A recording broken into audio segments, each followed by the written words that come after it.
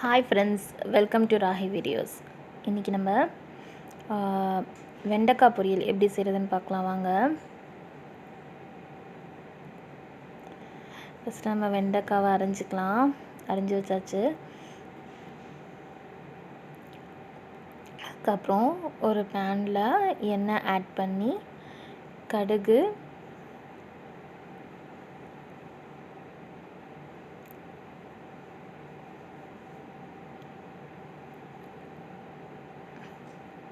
கடுகு, சீரகம், கொஞ்சம் கருவேப்பிலை, கொஞ்சோண்டு வெங்காயம், கொஞ்சம் பூண்டு,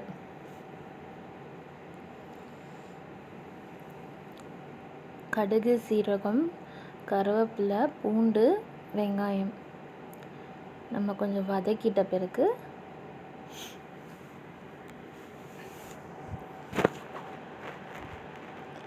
நம்ம வெண்டைக்காவை ஆட் பண்ணிக்கலாம். எப்போவுமே வெண்டைக்காய் பொரியல் செஞ்சால் அது ஒட்டிக்கும்னு சொல்லுவாங்க. இந்த மாதிரி செஞ்சு பாருங்கள், ஒட்டாது, டேஸ்டியாக இருக்கும்.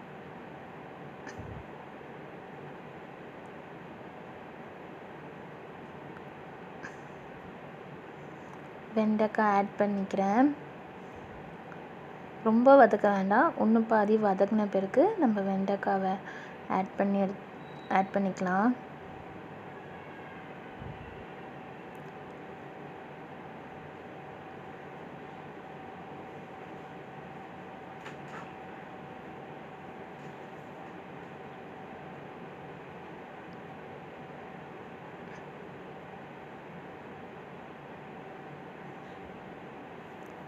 ஃப்ரெண்ட்ஸ் பாருங்கள், வெண்டைக்காய் ஒட்டாமல் அந்த கொழப்பு தன்மை இல்லாமல் எவ்வளோ தனித்தனியாக இருக்குதுன்னு பாருங்கள்.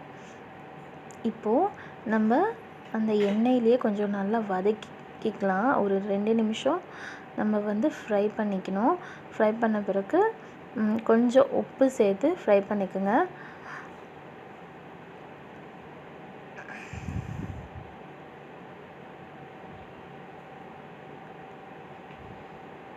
இது ஒரு சின்ன டிப்ஸ் தான். நீங்கள் வெண்டைக்காய் கொஞ்சம் ஒன்று பாதியாக வதங்கின பிறகு ஒரு ஸ்பூன் நீங்கள் எண்ணெய் ஆட் பண்ணிங்கன்னா அந்த ஒட்டவே ஒட்டாது.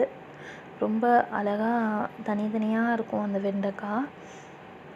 இப்போ நான் மிளகாத்தூள், மஞ்சத்தூள், தனியாத்தூள் ஆட் பண்ணிக்கிட்டேன். ஒரு 1.5 டீஸ்பூன் மிளகாத்தூள், தனியாத்தூள் ஆட் பண்ணிக்கிட்டேன்.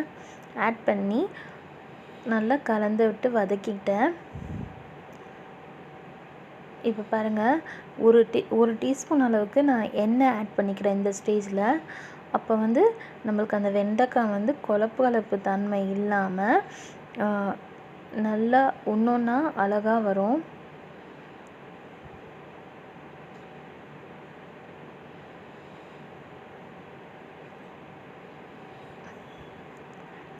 கொஞ்சம் இது சிம்மில் வச்சுட்ட பிறகு நம்ம மூடி போட்டு சிம்மில் வச்சுட்டா அழகாக அந்த மசாலாலாம் சேர்ந்து சூப்பராக வெந்துடும்.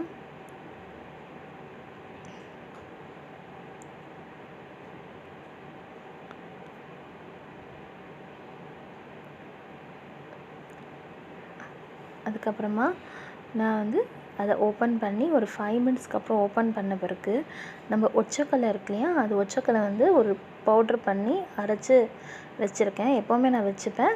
அதில் ஒரு 1.5 டீஸ்பூன் இல்லைன்னா 2 டீஸ்பூன் கூட ஆட் பண்ணிக்கலாம். அந்த பவுட்ரை ஆட் பண்ணிக்கிறேன். இதுதான் எக்ஸ்ட்ரா ஃப்ளேவர் கொடுக்கும், நமக்கு டேஸ்ட்டாக இருக்கும். இப்போ 1.5 டீஸ்பூன் ஒச்சக்கல்லை பவுடர் ஆட் பண்ணிவிட்டு சீரகம், சோம்பு பவுடரை கொஞ்சமாக ஆட் பண்ணிக்கிறேன். இந்த ஸ்டேஜில் தேங்காய் துருவி கூட ஆட் பண்ணலாம். அது ஒரு டிஃப்ரெண்ட் ஃப்ளேவர் கொடுக்கும். இந்த ஒச்சக்கல்லை பவுடரை ஆட் பண்ணி செஞ்சு பாருங்கள். இது ஒரு தனியான டேஸ்ட் கொடுக்கும், சூப்பராக இருக்கும். சாம்பார் சாதம் கூட சாப்பிட்றதுக்கு பர்ஃபெக்டான டிஷ் இது. ரசம், அப்புறம் வத்த குழம்பு, காரக்குழம்பு,